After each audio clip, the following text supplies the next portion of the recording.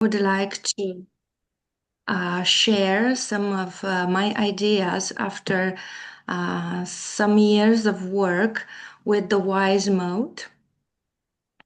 Because, okay, let's share. Mm, okay.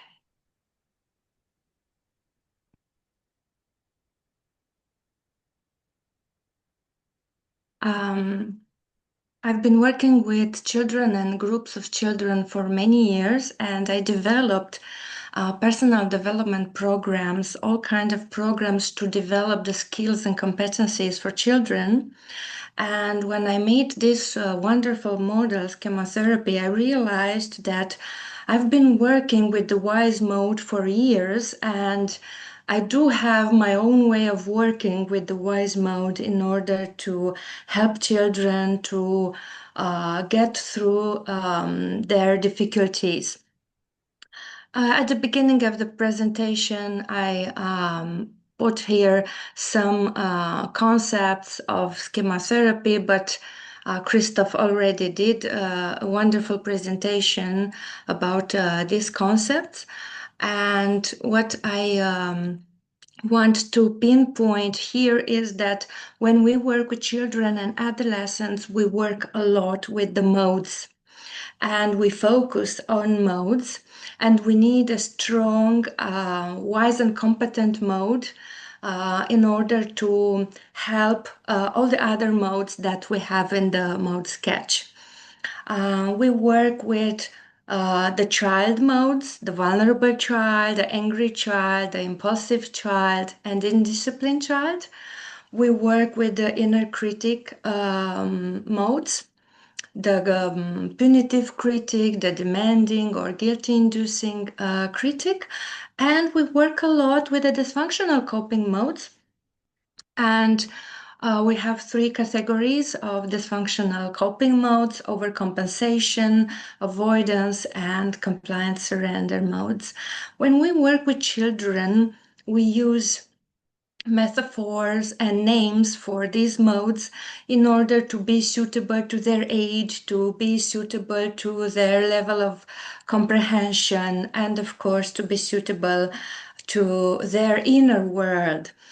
So that's why our work with children, it's like working with an inner world full of characters, and it is wonderful to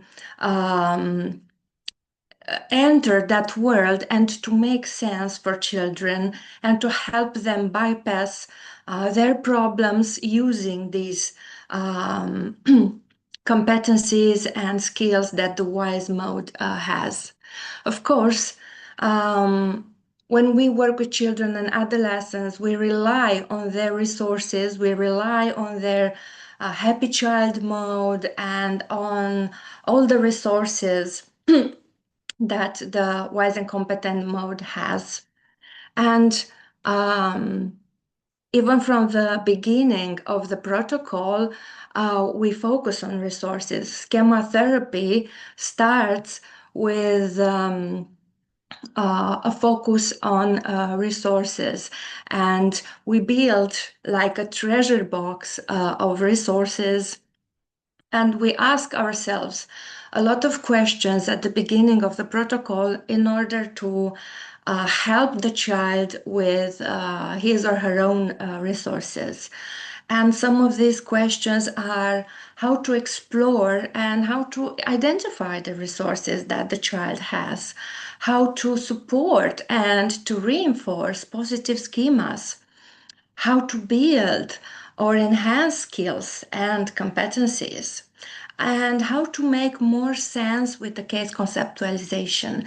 Because from my point of view, it's very important to build a strategic intervention even when we build skills and competencies, and even when we enhance resources.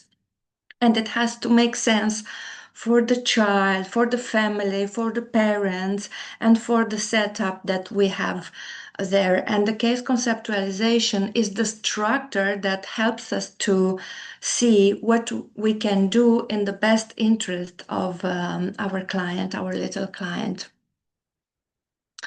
The foundation of the case conceptualization is the great activity that we have in Schema Therapy called Mode Team, and the mode sketch that we have to build in order to make sense for the problems that the child has.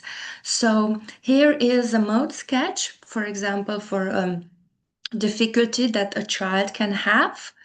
And when we take a look at the list of problems and we set the goals for therapy, we can correlate later on with this mode sketch to understand which are the modes involved in the day-by-day life of our client and which are the modes who bring actually the problems in the day-by-day life. So for example, we can have ashamed and humiliated, vulnerable child, and a lot of critical messages, and an angry child who screams the unmet need of the vulnerable child. And the client can use an overcompensation coping mode like grandiose mode, or the child can soothe himself with screens or computer games. And we have to bring here the wise and competent mode with all the skills and competencies that this wise mode has in order to bypass these difficulties. And in order to do this, we can explore the day-by-day life of the client in order to see how is this team organized in a typical day at home, in school, who is in charge, how is the team organized when the problem arises. And it is very important also to agree with our client which are the goals for these modes, and especially we have to see what can the wise mode do, and maybe the wise mode needs to learn something extra, and we will bring more skills and competencies to straighten the wise and competent mode in order to bypass these problems. But sometimes there are many dysfunctional coping modes involved, and the child can feel overwhelmed about all these difficulties.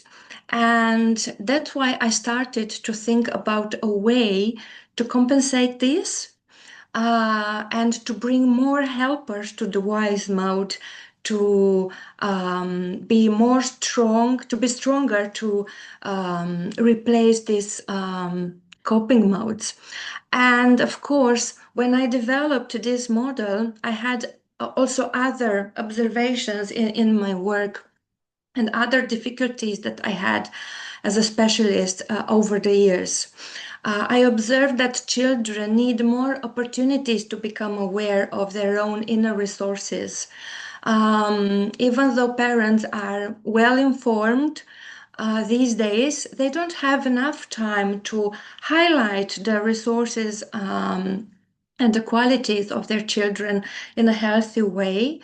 And also, during the therapy sessions, we need more focus on the wise mode and to help the child understand how he or she can use each skill or micro skill of the wise and competent mode to bypass the maladaptive coping strategies. And I also observed that children need more structure and guidance in order to make the best use of their inner resources. From a therapeutical perspective, some years ago, I started to validate a protocol for groups of children and adolescents. And of course, I needed more structure in order to develop a good clinical study. And I also needed a controllable framework for these studies, and that's why I developed a, a little model for the WISE mode in order to put all these ideas together and to make more sense in my practical work, but also in my work as a researcher. And I structured the competencies, the skills of the WISE mode that I've developed over the years in different personal development programs in structure with 12 pillars with the skills and competencies that children and adolescents need to develop and to strengthen. And I transformed these pillars into characters with names, with a face, yeah, in order to help children to become more aware of the skills that they will need in a specific moment in a therapeutical protocol. Of course, when I did this, I took a look into the literature and I took into consideration all the ideas that renowned researchers and authors put it already on the table. Starting with the classics, yeah, Erickson, Piaget, Kohlberg, and Vernon, and also going to our main author in Schema Therapy, Christoph Luce, and adding some other ideas from ACT and DBT, domains that bring us a lot of skills and competencies that can be trained in the therapeutical protocol. And here is the WISE mode. And this WISE mode appears as a personification of a set of skills and competencies, resources, traits that supports the healthy functioning of our clients. And this wise and competent mode can be used in different ways in our strategy and in our work. First of all, we can use these 12 pillars in order to explore the wise and competent mode of the child that we are working with, and it's easier to bring ideas to help the child explore and see these resources. After we did this, we can create a little team of helpers of the WISE mode, but it is a specific team of helpers for our client. It is like a customized team of helpers for each of our client with skills and micro skills.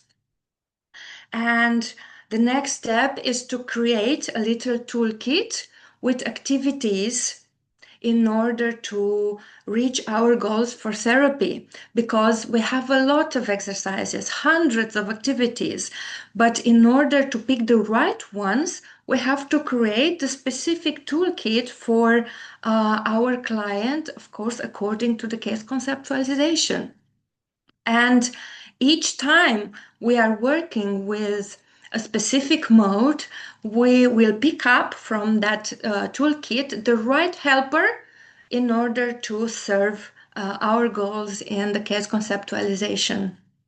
And of course, all this work will bring more awareness also for us as therapists in order to understand better and to make a better strategy for a specific client with specific micro skills for each of our clients.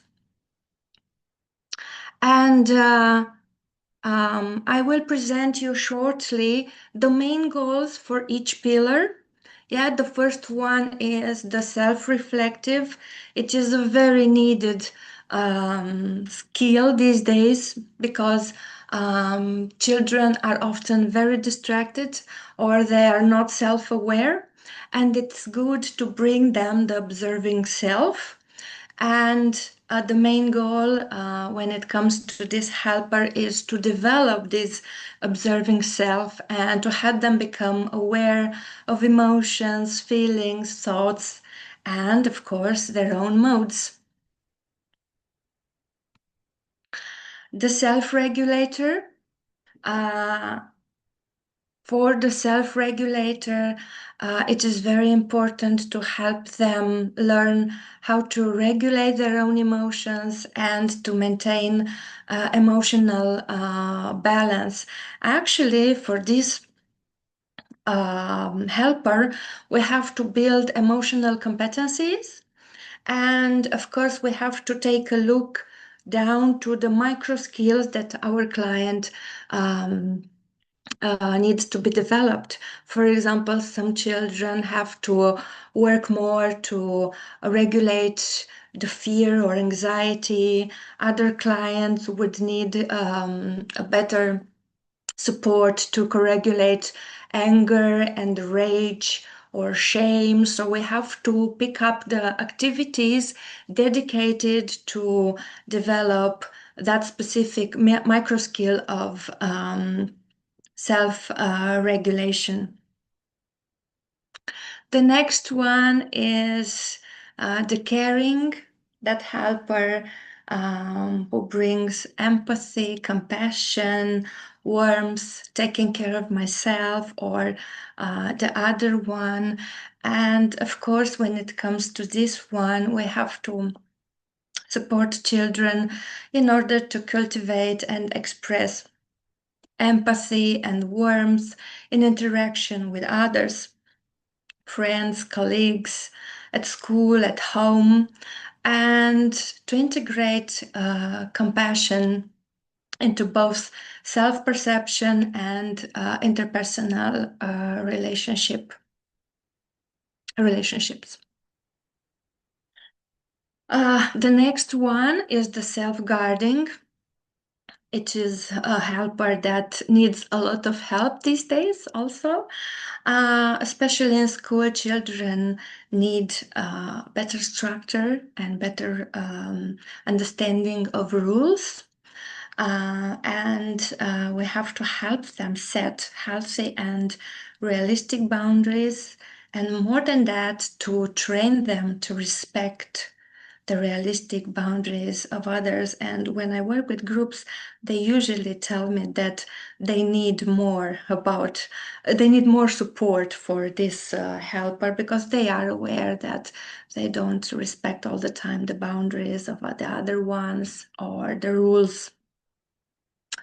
The wise is the one who foster wisdom, and we have to help children to foster openness to new knowledge and to deepen the internalization of the life lessons. Actually, we have to help them to learn from their own mistakes, to learn from others, to learn from parents, to integrate the wisdom from all the people around them, but not only from people, but also from life experiences, and to teach them how to learn from life experiences in a healthy way. The social connector.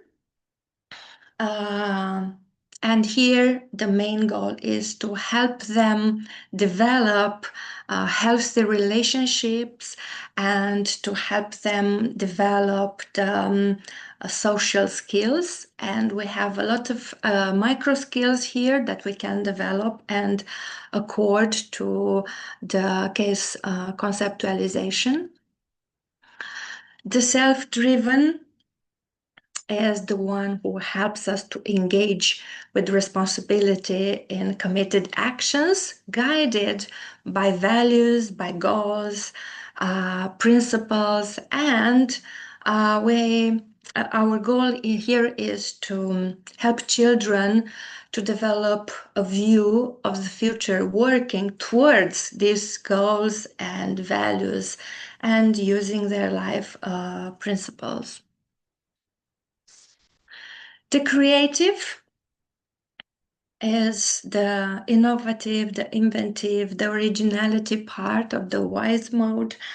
And some children are very creative, but some children still need a little help to improve the individual's inventiveness and to combine resources in order to achieve the desired outcomes.